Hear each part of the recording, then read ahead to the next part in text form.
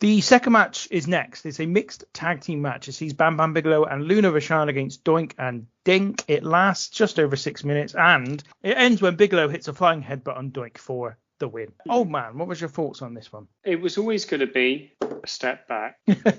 only a small one though, old man, eh? No, and this is going to sound far more brutal than it's meant. This isn't a step back. They run back to the start line, and I think they have to, because I think what they've just been given, as the crowd in attendance and the millions watching at home, is the best thing that many of them will have and maybe have still ever seen. So they had to just completely reset. And the way to do that was with a match that has been a long time in the building. They've been building this for a long old while. It goes back to the Survivor Series, wasn't it? 93. Mm-hmm. But this isn't very good, let's be honest. Like, this is not very good at all. But Dink does that amazing little jump thing where he touches his toes with his... Every time, I just love it, because he's just mocking them. I do think, and well, I'm sure that he consented in it, but he's treated very poorly in this match, which I didn't like, because he's thrown around with what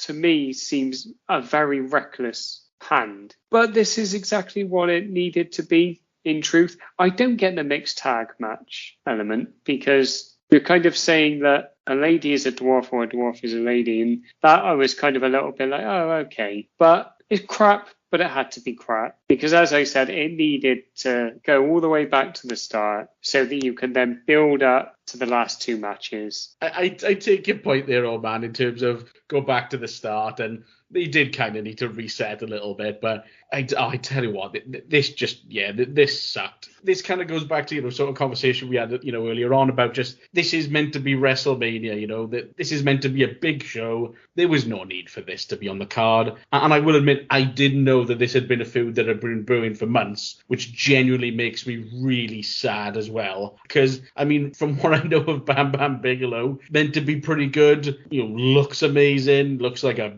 big heavyweight guy, and to be having a feud with Doink the Clown, I mean, come on. No, I'm sorry, just no.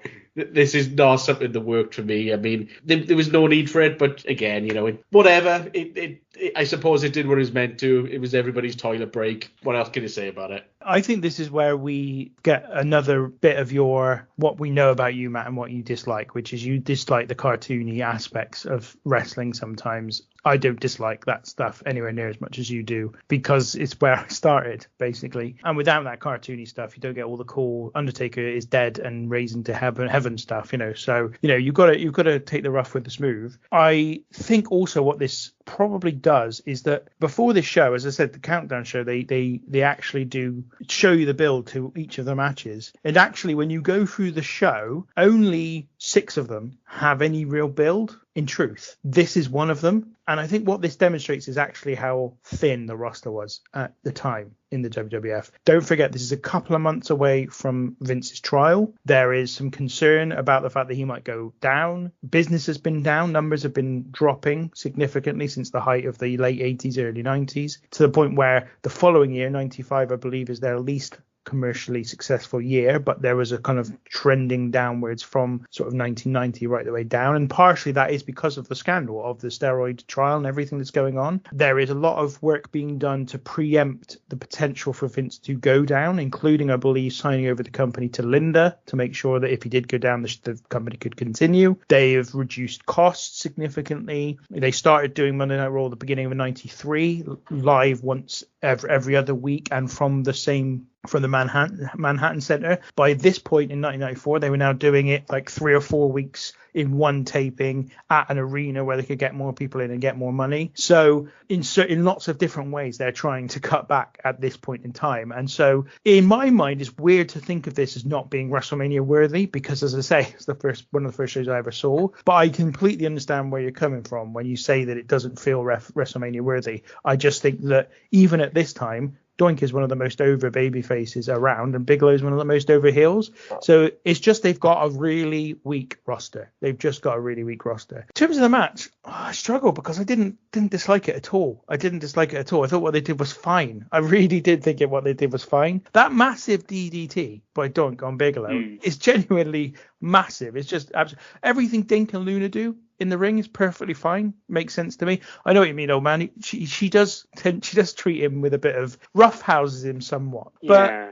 I kind of just thought, you know what? If they didn't do that, you could make the same criticism that they were kind of being a little bit, oh, you're a dwarf, so we'll kind of, we'll take it easy on you. And he probably didn't want that, as a professional wrestler, he wanted to go in and have the best match he could. It's a WrestleMania match here, so you're not going to want to not put your all into it. I just thought it was fine. What can you put out after Brett and Owen? Not very much. And this was fine, and I don't think it's anywhere near the worst match on the show. Put it that way.